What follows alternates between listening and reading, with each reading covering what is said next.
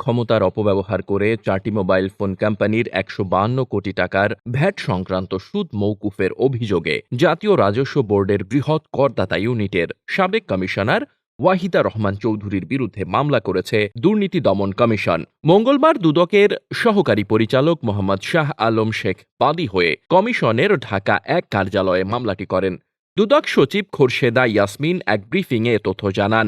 জানা গেছে, অসৎ উদ্দেশ্যে ক্ষমতার অপব্যবহারের মাধ্যমে 4টি মোবাইল অপারেটর কোম্পানির মধ্যে গ্রামীণ ফোন লিমিটেডের 6টি নথিতে 58,64,88,697 টাকা, বাংলালিংক ডিজিটাল কমিউনিকেশন লিমিটেডের 7টি নথিতে 57,88,53,51 টাকা, রবি আজিয়াটা 14,94,16,688 টাকা ও এয়ারটেল বাংলাদেশ লিমিটেডকে 20,53,30,952 টাকা সহ সর্বমোট 152,89,390 টাকা অপরিশোধিত সুদ মওকুফ করা হয়। মামলার এজাহার থেকে জানা যায়, স্থান ও স্থাপনা ভাড়ার উপর প্রযোজ্য ভ্যাট আদায় সংক্রান্ত স্থান ও স্থাপনার উপরে আইনানুগভাবেই ভ্যাট প্রযোজ্য হওয়ায় তা মেনে নিয়ে প্রতিষ্ঠান কর্তৃপক্ষ দাবিকৃত ভ্যাট পরিশোধের বিষয়ে অল্টারনেটিভ ডিসপিউট রেজুলেশন সভায় সম্মত হয় এবং যথাসময়ে 189,74,15,430 টাকা পরিশোধ করা হয়। এই রাজস্ব নির্ধারিত কর মেয়াদে পরিশোধ না করায় মূসক আইন অনুযায়ী প্রযোজ্য হারে প্রদেয় সুদের পরিমাণ হয় 152,89,390 টাকা।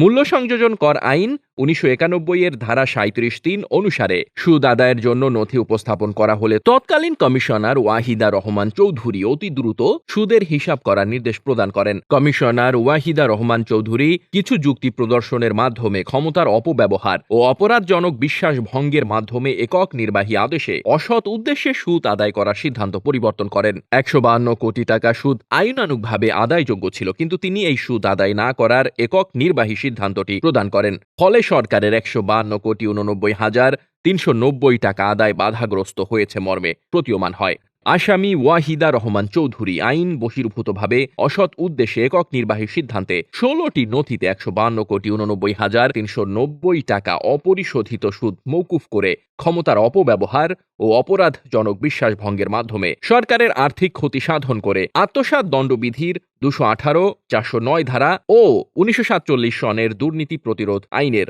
5-2 ধারায় মামলা করা হয়। Desk report, বার্তাবাজার।